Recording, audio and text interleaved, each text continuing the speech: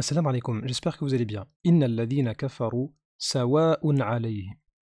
Très certainement, ceux qui ont mécru, sawa'un alayhim. Sawa'un alayhim qu'on traduit par ça leur est égal. Et sawa'un, c'est très souvent utilisé en langue arabe et dans le Coran pour parler de la perfection de la création. Le fait que Allah Azza wa Jal, il ait créé l'être humain de manière égale, de manière parfaite, de manière symétrique. Un bras à droite, un bras à gauche, deux pieds. Et donc, par exemple, nous avons des versets dans Juz' Amma, Alladhi khalaqa fa sawwa. C'est exactement la même racine. Ou bien Alladhi khalaqaka fa sawwaka fa adalak. Wa nafsin wa ma sawwaha.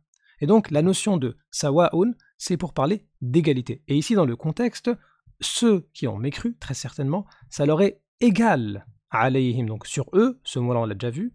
A andartahum am lam tundirhum. Donc, très certainement, ceux qui ont mécru, ça leur est égal que tu les avertisses ou non. En gros, ça leur est égal que tu les avertisses ou non.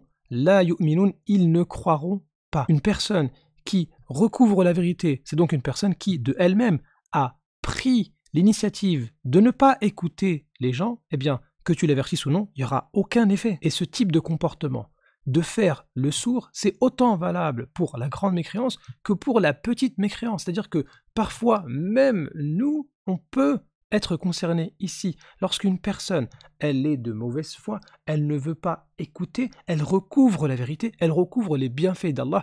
Tu peux lui parler de ce que tu veux, la personne elle est fermée, c'est mort, il n'y a rien qui rentre. Et ce type de comportement, on le retrouve très souvent chez une personne en colère. Lorsqu'une personne elle est en colère, tu peux lui dire ce que tu veux, des choses hyper simples, elle n'arrivera pas à comprendre. Pourquoi? Parce qu'elle s'est programmée. Elle a décidé de recouvrir la vérité, c'est mort. Parfois, il faut attendre un petit peu, histoire de décompresser. Alors, bien entendu, ce qui est surtout visé ici, c'est la grande mécréance. Le fait de nier complètement que Allah Azza wa Jal est, par exemple, notre créateur et que c'est lui qui va mériter l'adoration, uniquement lui et personne d'autre. Et ce qui est très étonnant, surprenant et très beau dans le Coran, c'est que quand on va prendre la racine de kafaru et sawa'un, ce sont deux racines qui vont parfaitement ensemble.